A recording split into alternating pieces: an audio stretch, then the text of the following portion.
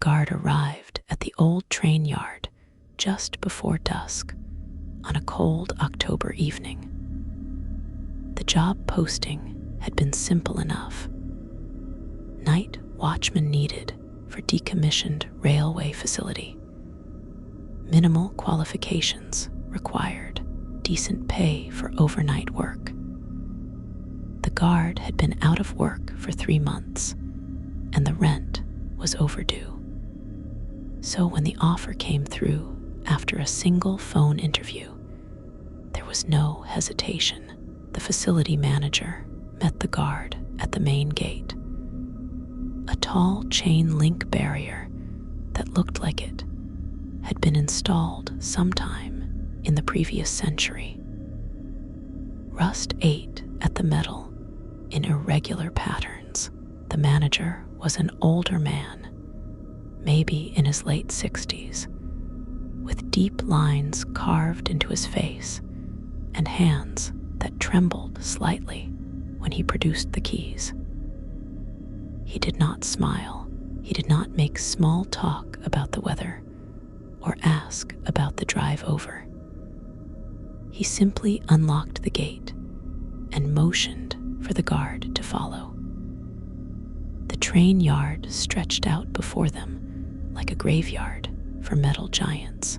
Dozens of locomotives sat on parallel tracks, their paint faded and peeling, their windows dark and empty. Some of the trains looked like they had been sitting there for decades. Weeds grew up through the gravel between the rails. Birds had built nests in the gaps between cars. The whole place had the feeling of abandonment, of something left behind and forgotten by the world. The manager led the guard to a small office building near the center of the yard. It was a squat concrete structure with narrow windows and a heavy steel door. Inside, the space was sparse. A desk with an old computer monitor, a filing cabinet, a coffee maker that looked like it had seen better days, a cot in the corner with a thin blanket folded on top, a bathroom with a shower that dripped constantly. The fluorescent lights overhead buzzed and flickered. The manager placed a folder on the desk. Inside were the standard employment documents, a map of the facility, and a single sheet of paper with a list typed on it. The guard picked up the sheet and began to read. The manager cleared his throat and spoke for the first time since they had entered the building. The rules are not suggestions. The rules are not guidelines. The rules are absolute. Every guard who has worked here successfully has followed them without exception.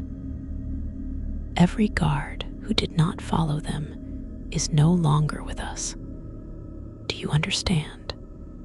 The guard nodded slowly, eyes still scanning the list.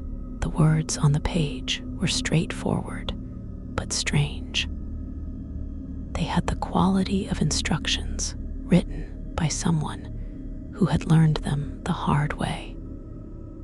The manager continued, "Your shift begins at sunset and ends at sunrise. You will perform 3 walking patrols during the night. 1 at 9 in the evening, 1 at midnight, 1 at 3 in the morning. Between patrols, you will remain in this office. You will monitor the cameras. You will log any unusual activity. You will not leave the facility until your shift is over. You will not bring anyone else onto the grounds.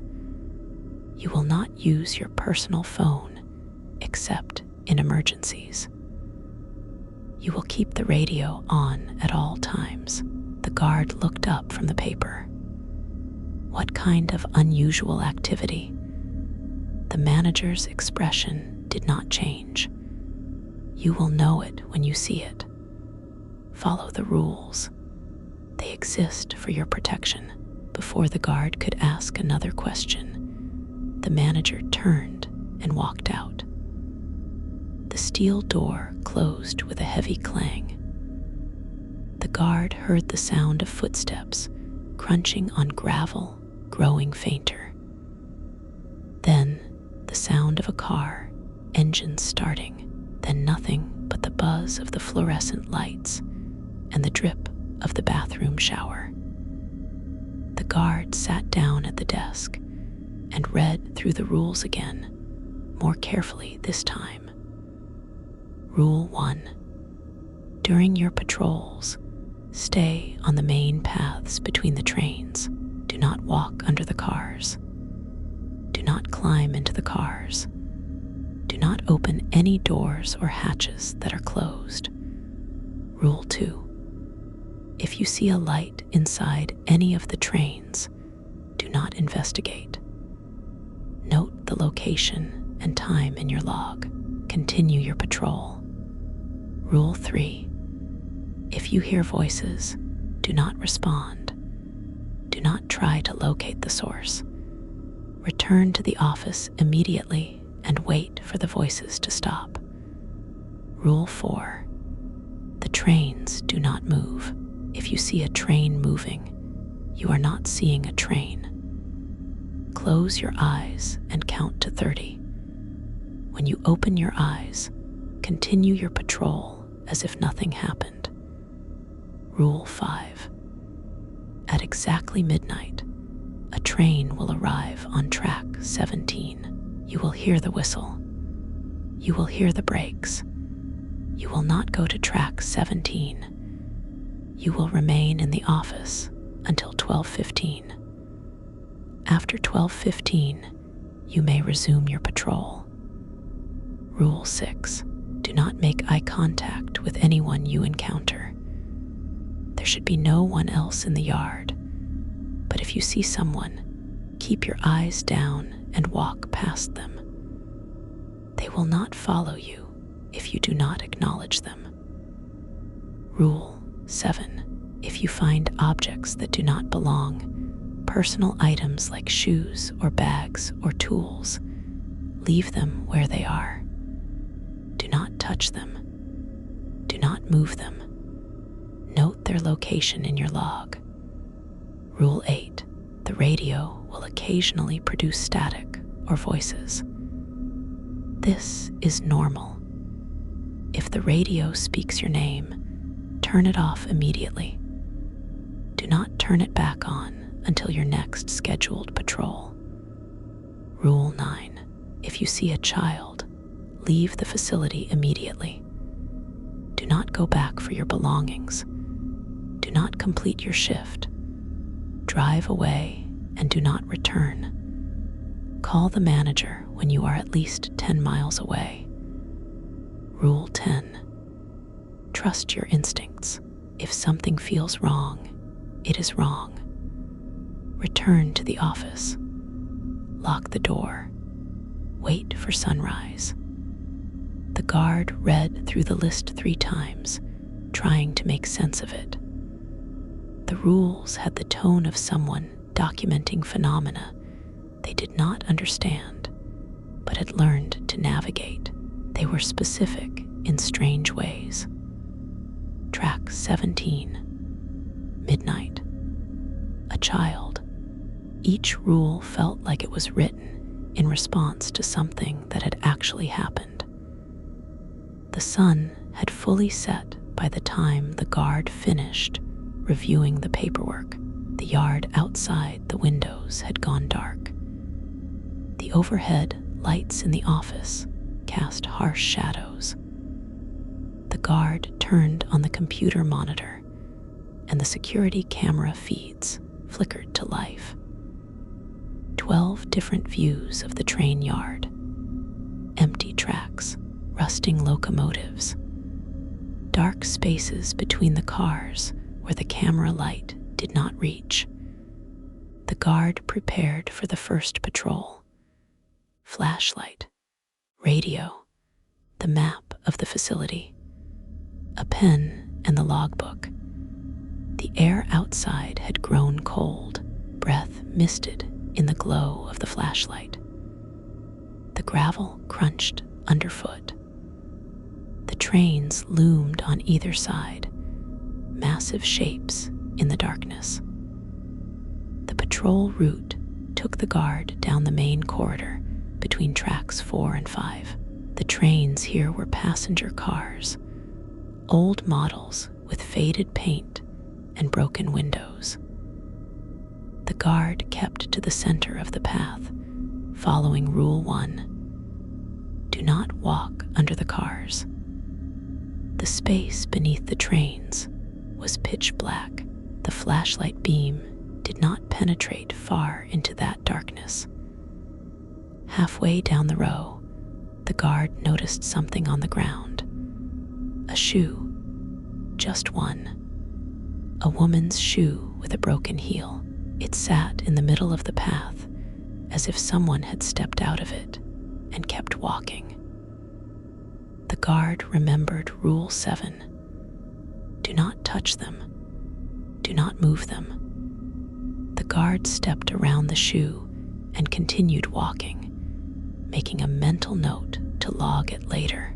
The second section of the patrol route curved around the eastern edge of the yard, where the freight cars were kept. These were larger, bulkier trains with sliding doors on the sides. Most of the doors were closed, some hung partially open, revealing dark interiors. The guard kept walking, flashlight sweeping left and right. Nothing moved. No sounds except the crunch of gravel and the distant hum of the highway beyond the fence. Then the guard saw the light. It was faint, just a dim glow coming from inside one of the freight cars about 50 feet ahead. The kind of light a candle might make, or a weak bulb. It flickered slightly. The guard stopped walking and pulled out the logbook. Rule 2. If you see a light inside any of the trains, do not investigate. Note the location and time in your log. The guard wrote down the information. Track 9, car number 4732. 9:26 in the evening. Light source unknown. The guard closed the logbook and continued the patrol, keeping eyes forward. Do not investigate.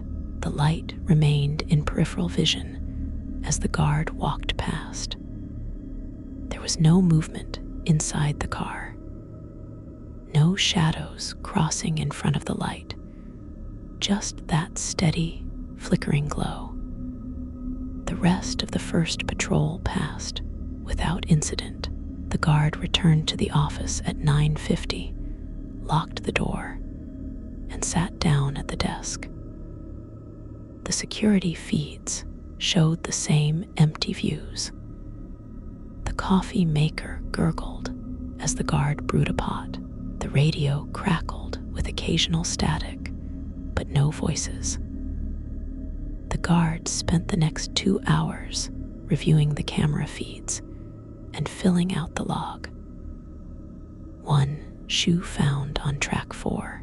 1 light observed in freight car 4732 on track 9. No other anomalies. The fluorescent lights continued to buzz overhead. The shower continued to drip in the bathroom. Time moved slowly. At 11:45, the guard prepared for the midnight patrol. This was the one the rules had specifically mentioned. Rule 5. At exactly midnight, a train will arrive on track 17. You will not go to track 17. You will remain in the office until 12:15. The guard decided to begin the patrol at 11:50, which would allow enough time to be back in the office before midnight.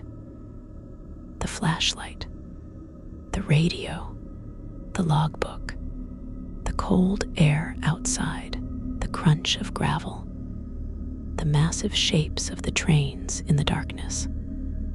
The patrol route was the same as before.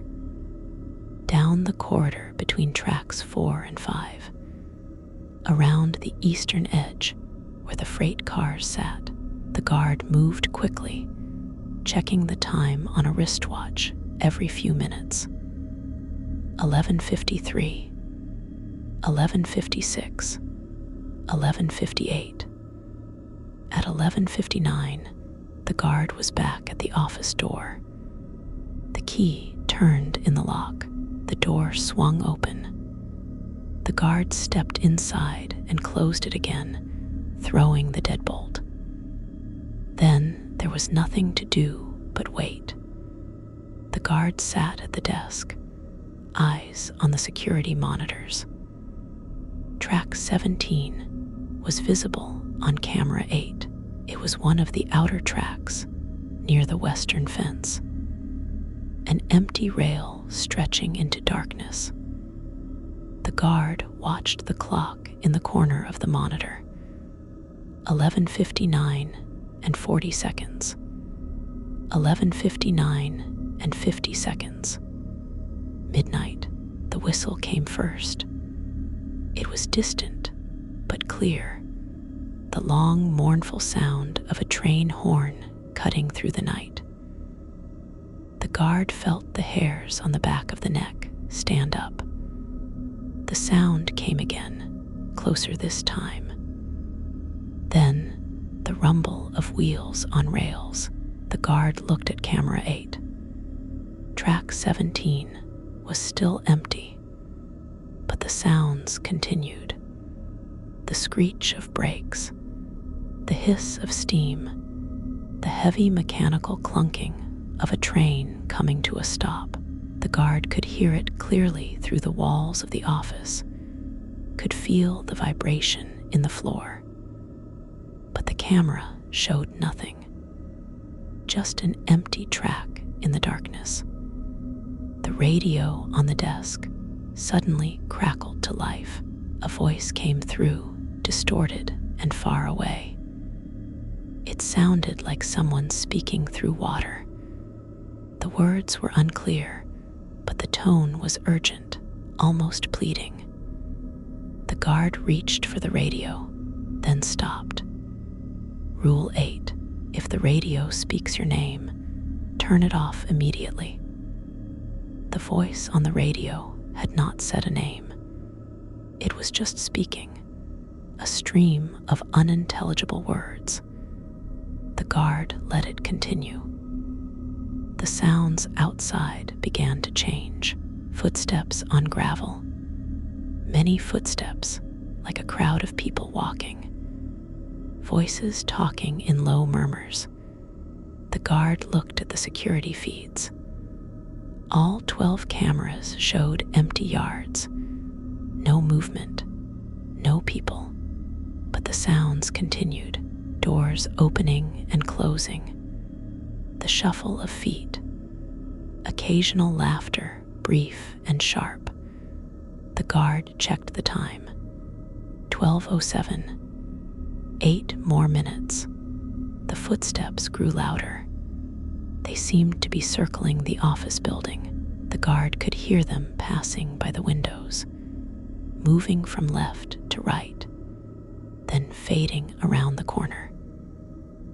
The voices grew louder too, overlapping conversations in languages the guard could not identify. There was something wrong about the sounds, something that did not quite match the rhythm of normal human movement. The footsteps were too synchronized, the voices too flat. Then silence. It happened all at once. The footsteps stopped, the voices cut off mid-sentence. The rumbling vibration in the floor ceased. The radio went silent. The train yard was utterly quiet. The guard looked at the clock. 12:14. One more minute. At 12:15 exactly, the guard unlocked the office door and stepped outside. The air was still cold. The trains were still dark shapes in the night. The gravel path was empty. There was no sign that anything had happened, no tracks in the gravel, no evidence of a crowd. The guard walked over to track 17 and shone the flashlight down the rail. Nothing, just rust and weeds. The guard continued the patrol, moving through the route more quickly now. The yard felt different after midnight. The shadows seemed deeper. The spaces between the trains felt more confined. The guard kept to the main paths and did not look too closely at the dark gaps beneath the cars. Near the end of the patrol, the guard heard the voices. They came from somewhere ahead, multiple people talking at once. The voices overlapped and echoed. The guard froze and pulled out the list of rules. Rule 3. If you hear voices, do not respond. Do not try to locate the source. Return to the office immediately and wait for the voices to stop. The guard turned around and began walking back toward the office. The voices continued behind, growing louder. They were calling out now, not to the guards specifically, but to each other. Shouts and exclamations. The guard walked faster. Do not respond. Do not try to locate the source. The office door was ahead. The guard covered the last 50 feet at a near run, key already in hand. The door opened. The guard stepped inside and slammed it shut, throwing the deadbolt. The voices outside continued for another minute, then faded away. The guard waited by the door, ear pressed to the metal, listening. After 5 minutes of silence, the guard finally moved back to the desk. The rest of the night, until the 3 o'clock patrol, was quiet. The guard drank coffee and watched the security feeds. The radio produced occasional static, but nothing more. The fluorescent lights buzzed. The shower dripped. Time continued its slow crawl toward sunrise. At 3 in the morning, the guard prepared for the final patrol.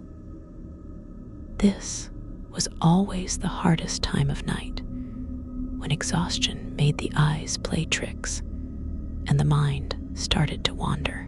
The guard splashed cold water on the face in the bathroom and took several deep breaths before heading out.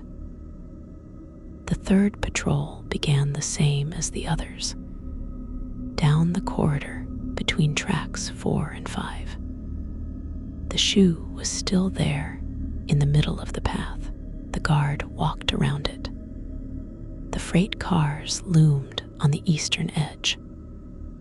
The light in car 4732 was gone now, just darkness inside. The guard was halfway through the route when the figure appeared.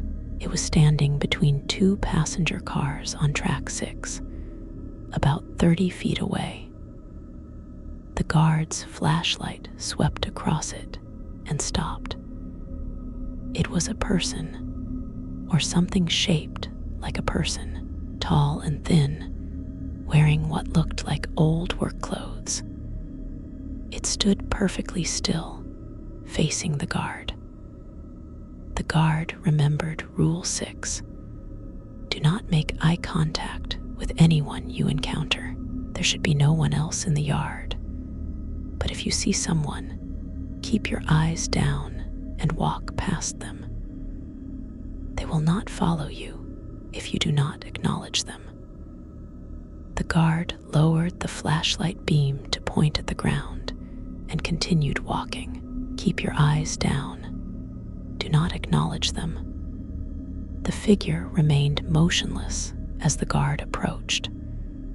The guard could see it in peripheral vision, a dark shape against the darker background of the trains. It did not move, did not speak. The guard walked past it, keeping eyes fixed on the gravel path ahead. 1 step, 2 steps, 5 steps, 10 steps. Do not look back. The guard continued walking, resisting the urge to glance over the shoulder. Rule 6 said they will not follow you if you do not acknowledge them. The guard focused on moving forward, on finishing the patrol. After another minute of walking, the guard risked a quick look back. The path was empty. The figure was gone. The guard let out a slow breath and continued the route. The final section of the patrol took the guard past the maintenance building and the old water tower. These structures were in even worse condition than the trains, their walls crumbling and roofs partially collapsed. The guard gave them a wide berth, staying on the main path. The flashlight beam swept across rusted equipment and piles of rotting lumber. That was when the guard saw the child. She was standing near the base of the water tower, maybe 20 feet away. A little girl in a white dress, no more than 7 or 8 years old. Her hair was long and dark. Her feet were bare. She was staring directly at the guard. The guard's blood went cold. Rule 9. If you see a child, leave the facility immediately. Do not go back for your belongings. Do not complete your shift. Drive away and do not return. The guard turned and ran. The office was in the opposite direction, but Rule 9 had been clear. Do not go back for your belongings. The guard ran toward the main gate, feet pounding on gravel, flashlight beam bouncing wildly. The child did not follow, did not call out. The guard did not look back to check. The main gate was locked. The guard fumbled with the keys, hands shaking. The first key did not fit. The second key did not turn. The third key slid into the lock, and the gate swung open. The guard ran through it and kept running, all the way to the car parked on the access road outside. The car started on the first try. The guard threw it into gear and drove away from the train yard as fast as the old vehicle would go. 1 mile, 2 miles, 5 miles, 10 miles. Only then did the guard pull over and stop, hands still gripping the steering wheel, breath coming in short gasps. The guard sat there for a long time, watching the road in the rearview mirror. Nothing followed. The night was empty and quiet. Eventually, the guard pulled out a phone and dialed the number the manager had provided. The manager answered on the third ring. His voice was calm, unsurprised. "You saw the child?" "Yes." The guard's voice was hoarse. "You did the right thing. You followed the rules. You will still be paid for the full shift. Do not come back to the facility. Your employment is concluded." The line went dead. The The guard sat in the car for another hour, waiting for the sun to rise. When the first light appeared on the horizon, the guard finally drove home. The guard never went back to the train yard, never drove past it, never spoke about it, except in vague terms to people who would not really listen. But sometimes, late at night, when sleep would not come, the guard thought about the rules, about the train that arrived at midnight on track 17, about the figure standing between the cars, about the child in the white dress. The guard thought about all the other guards who must have worked there over the years, the ones who followed the rules, the ones who did not. The guard wondered what had happened to create those rules.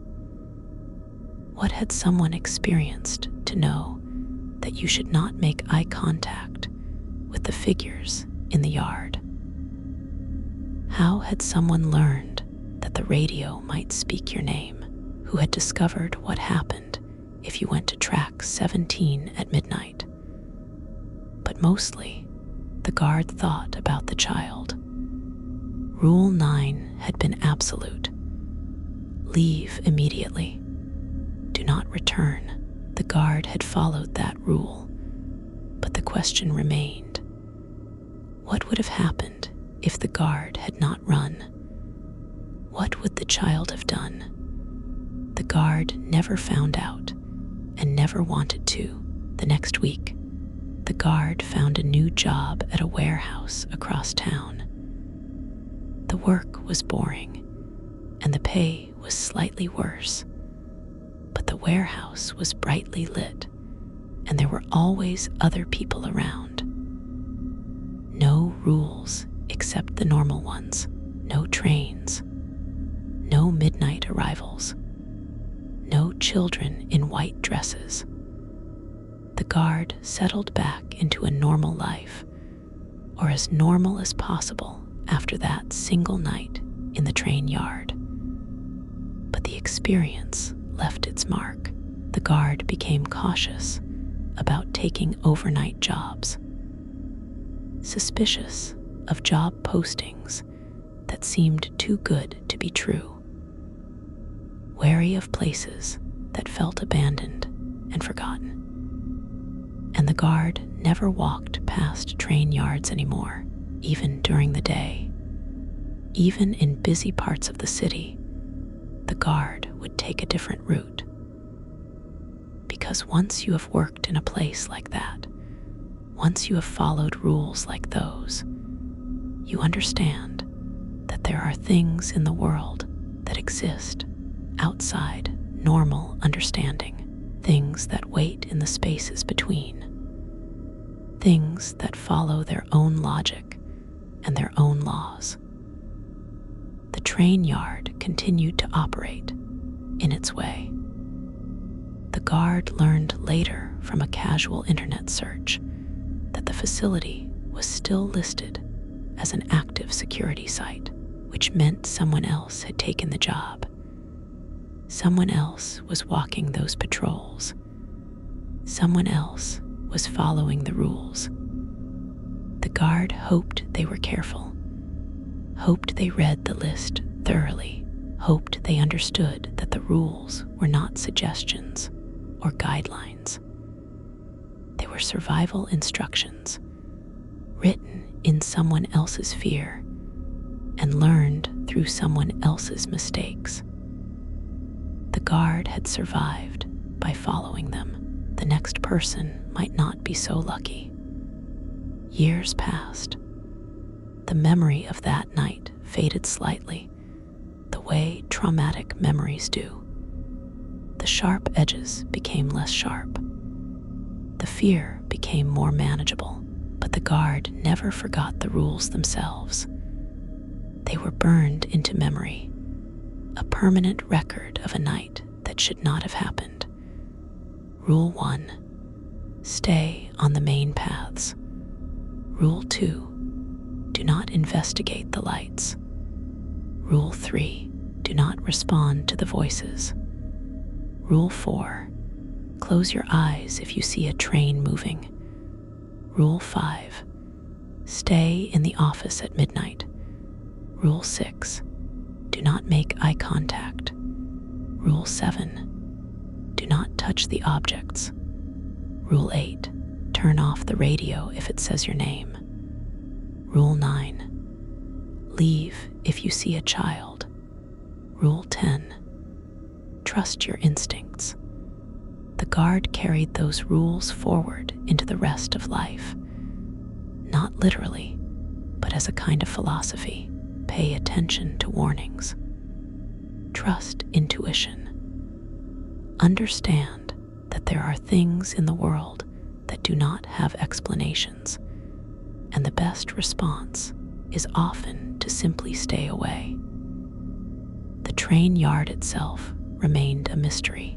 The guard never learned its full history, never discovered why it had been abandoned, but still required security. Never found out what had created the phenomena documented in the rules. Some questions are better left unanswered. What the guard did learn was that the world contains multitudes.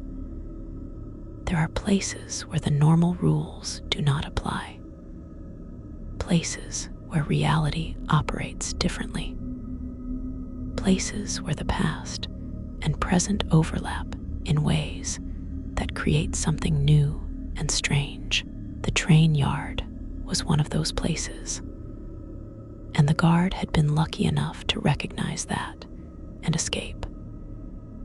Sometimes, late at night, the guard still heard train whistles in the distance, just normal trains passing through the city, heading to normal destinations.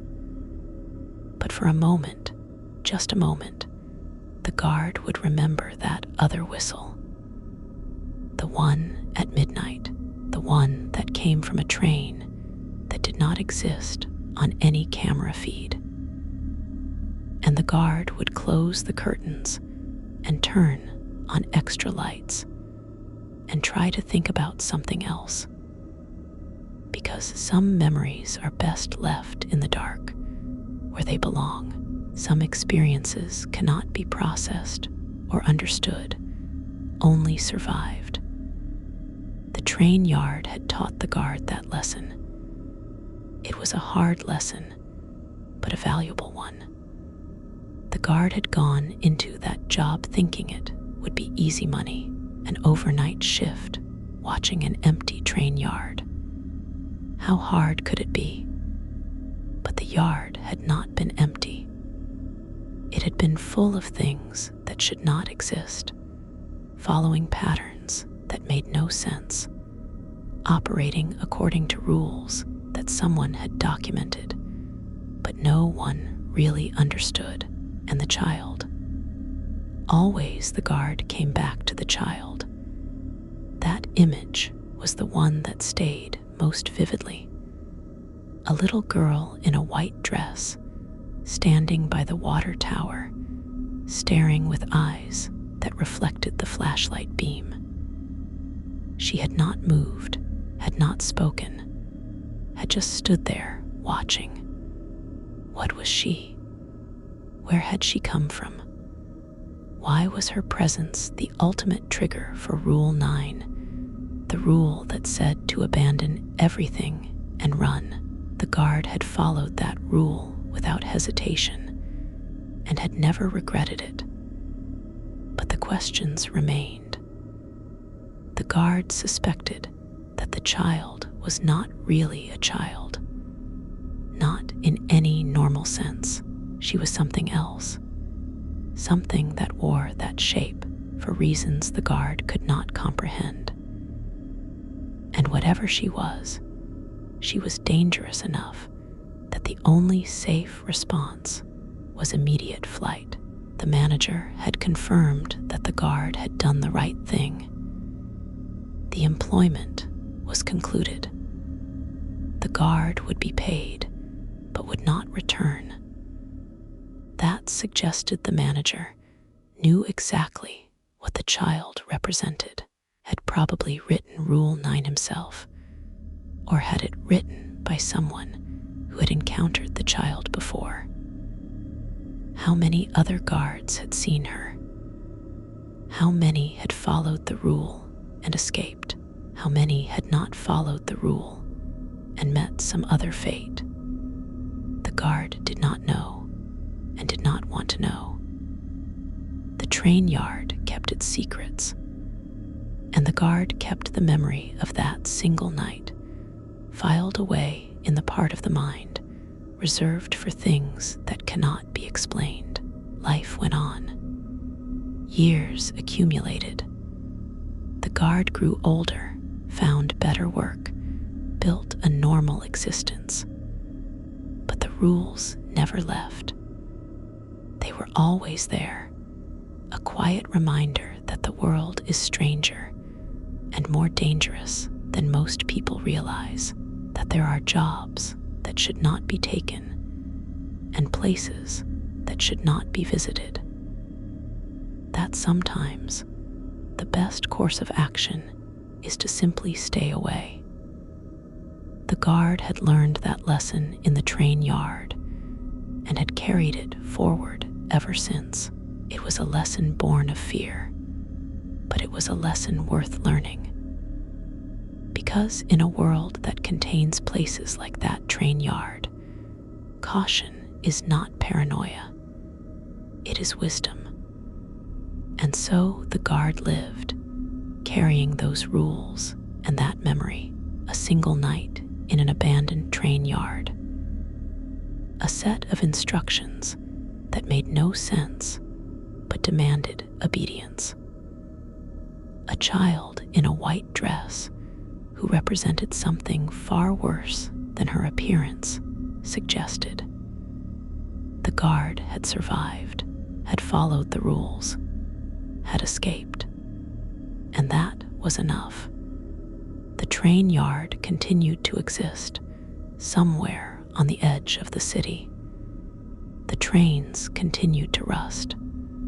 The tracks continued to decay, and at midnight, on track 17, a train that did not exist continued to arrive, bearing passengers that no one should ever see. But the guard was no longer there to witness it. Someone else had taken that job. Someone else was learning the rules. Someone else was walking those dark paths between the trains, flashlight in hand, trying to make it through the night. The guard hoped they were careful, hoped they paid attention, hoped they understood that the rules were written in blood and terror, and that following them was the only way to survive. Because the train yard did not forgive mistakes, it did not offer second chances. It simply existed, a pocket of wrongness in the world, waiting for someone to break the rules so it could show them what happened next. The guard had not broken the rules, had seen the child and had run, just as Rule 9 commanded, and because of that, the guard was still alive, still sane, still able to tell the story in vague terms to people who would never really understand. That was the purpose of the rules, not to explain the train yard, not to make it safe, just to give someone a chance to survive it, to navigate the dangers without falling victim to them, to make it through the night and escape before something went wrong. The guard had done that, had taken the job in desperation, had spent one night in that impossible place, and had left when the child appeared. It was not a comfortable memory. It was not something the guard looked back on with any pleasure, but it was a memory of survival, and that had to count for something. The rules had worked. They had kept the guard alive. And now, years later, the guard could only hope that whoever held that job now was following them just as carefully, because the alternative was unthinkable. The train yard waited. It had always waited. It would always wait. And the trains would keep arriving at midnight on track 17, carrying their impossible cargo through the darkness. But the guard would not be there to see it.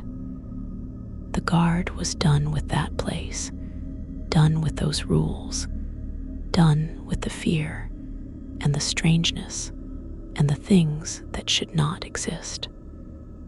The guard had escaped, and that was all that mattered. Sometimes, in quiet moments, the guard still wondered about the other guards, the ones who had come before, the ones who would come after. Each of them had received the same list of rules. Each of them had spent their nights walking the same paths, seeing the same impossible things, trying to survive until sunrise. Some of them had succeeded. Some of them had not. The guard did not know which group was larger and did not want to find out. What the guard did know was that the rules existed for a reason. They were not arbitrary. They were not made up to scare new employees. They were genuine instructions, born from real experience, documenting real dangers. The light in the freight car, the voices in the dark, the midnight train, the figures between the cars, the objects left on the paths, the radio speaking names, the child by the water tower. Each rule corresponded to something that had happened, something that someone had witnessed and survived long enough to write down. The guard had followed those rules and had lived. That was the entire story in the end. A single night in the train yard, 10 rules, 1 child, 1 decision to run, 1 escape. And now, years later, the guard could tell this story, could document what happened, could add 1 more account to the archive of people who had worked in that place and survived it. Because someone needed to know. Someone needed to understand that the train yard was real, and the rules were real, and the dangers they described were real, not in a way that made sense, not in a way that could be easily explained or rationalized, but real nonetheless. The guard had been there, had seen it, had felt the fear and the wrongness and the desperate need to escape, and the guard had made it out because the rules had been followed. That was the lesson. That was the point. Follow the rules. Trust the warnings. Understand that there are things in the world that operate outside normal understanding, and the only way to survive them is to respect their boundaries and stay clear of their territory. The train yard had been one of those things, a place where reality did not work correctly, a place where midnight brought arrivals that should not happen, a place where children in white dresses stood by water towers and watched with eyes that were not quite human. The guard had survived that place, had taken the job, worked the shift, followed the rules, and escaped when Rule 9 was triggered. It was not heroic. It was not brave. It was simply the correct response to an impossible situation. And now the guard could rest, knowing that the rules had worked, that the survival instructions had been accurate, that someone had figured out how to navigate that place safely and had written it down so others could do the same. The guard hoped that others would read those rules as carefully as the guard had, would take them as seriously, would understand that they were not suggestions, but requirements, would follow them without hesitation when the time came, because the train yard was still there. The job was still being posted. New guards were still being hired, and the trains were still arriving at midnight on track 17, whether anyone was there to see them or not. The guard was done with that place, but the place was not done. It would continue. It would persist. It would wait for the next person to walk those paths and test themselves against its rules, and the guard could only hope that whoever came next would be as careful, as lucky, and as willing to run when the child appeared. Because that was the final lesson of the train yard. Sometimes, the only way to win is to leave. Sometimes, survival means abandoning the job, the shift, the paycheck, and everything else, and simply running as fast as possible in the opposite direction. The guard had learned that lesson, had followed Rule 9, had escaped, and had lived to tell about it in vague terms to people who would never fully understand. But the train yard remembered, and the trains kept arriving. And somewhere, someone was walking those dark paths right now, flashlight in hand, following the rules, trying to make it to sunrise. The guard hoped they would succeed, hoped they were paying attention, hoped they would run if they saw the child, because that was all anyone could do in a place like that. Follow the rules, trust the warnings, survive the night, and escape before it was too late. The guard had done all of that, and that was enough.